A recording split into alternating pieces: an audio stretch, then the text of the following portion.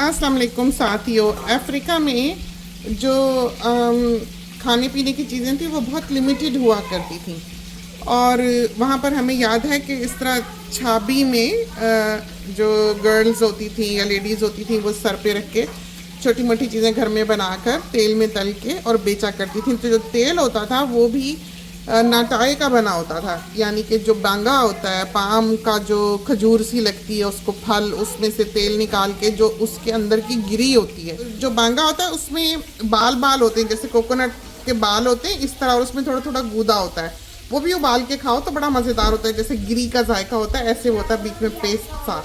लेकिन उसके बीच में जो सीड होता है फल में, जैसे खजूर नुमा फल है और उसके अंदर जो गिरी है, गिरी का जो तेल निकलता है उसको कहते हैं नाटाई। वो काला होता है, काफ़ी जल जल के सड़ सड़ के निकलता है।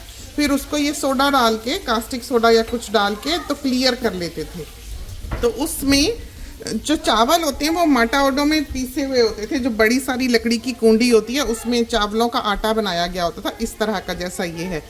तो चावल भी वो खुद ही हार्वेस्ट करते थे, खुद ही उगाते थे, खुद ही छटते थे, कूटते थे, छिलका अलग करते थे, और इस तरह से टूटे टूटे चावल जो वही वो पकाते थे, वही खाते थे। वहाँ पर चावल ही उनकी मेन ग़िज़ा होती थी, प्लस सास के साथ, पत्तों शत्तों के साथ, ड्राई फिश के साथ और पीनट बटर के साथ वो मिक्स करके इस तरह से एक सालन सा बना लेती थी और चावलों के साथ खाते थे। लेकिन वहाँ जो बिकने वाली जो स्ट्रीट फूड था उसमें ये एक था जो कि हम बनाने लगे। तो हमारा दिल किया, केले बहुत पक गए थे, ये देखें पक के तो बिल्कुल नरम नरम हो गए, काले हो रहे थे। तो हमारा दिल किया कि आज हम कोई कह सकते हैं कितने बरस बाद, मे बी 30 साल बाद ये बनाने लगे हैं वो चीज़ जो कि हमने वहाँ के स्ट्रीट में खाई थी। तो 1 कप हमने लिया है चावलों का आटा, आधा कप हमने ली है शुगर रफली, और इसमें हमने डालने हैं ये ज़्यादा पके हुए बनाना। बहुत पके हुए तो ये बनता ही ज़्यादा पके हुए बनानास का है। और इसमें हमने डालना है 1/2 टीस्पून बेकिंग पाउडर।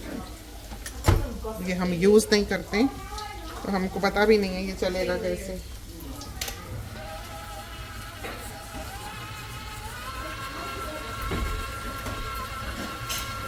इसको हमने दूध से गूंद लेना है।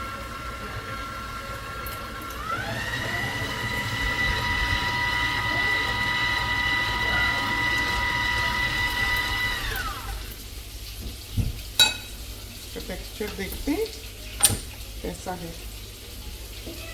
तो ये हमें अच्छा लगता था क्योंकि ये जो चावल हैं बीच में उनका क्रंच बनता था। तो ये डालते हैं तेल,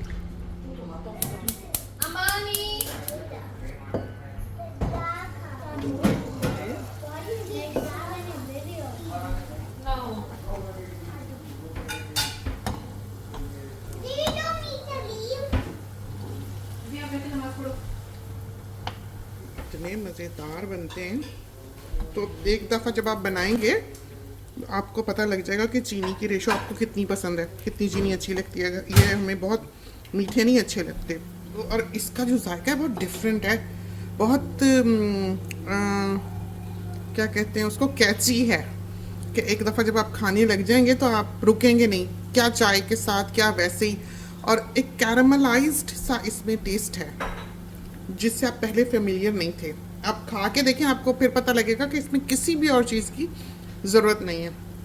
ठीक है, कितने अच्छे लाल हो गए। इनको हम निकालते हैं। इनका हमें वहाँ का नाम याद नहीं है, अफ्रीका का इनका क्या नाम था, लेकिन हम इनको बनाना बाइट कह देते हैं। तो जो सबसे मज़ेदार चीज़ सबसे जल्दी बनती है जब केले ज़्यादा पक जाए वो ये है, बड़े काम की रेसिपी है ये।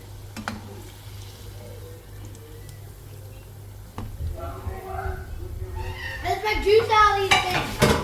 देखें हो गए।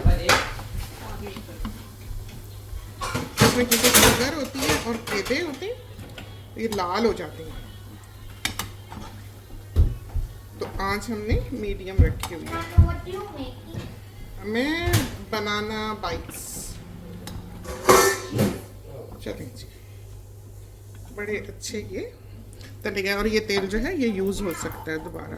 ये रहे हमारे बनाना बाइट्स, बहुत मज़ेदार। इनका नाम अफ्रीका में क्या था ये याद नहीं रहा, लेकिन बहुत अच्छी चीज़ है जो बनती है बच्चों के लिए, बड़ों के लिए। आप इनको रख सकते हैं अच्छी भली देर तक, ख़राब नहीं होते, क्योंकि वहाँ तो फ्रिज और बिजली शिजली थी नहीं, तो लोग ये बनाते थे और रखते थे, ख़राब नहीं हुआ करते ये। तो चलते हैं, इजाज़त दीजिए, रेसिपी को ज़रूर ट्राई कीजिएगा। अल्लाह हाफिज़।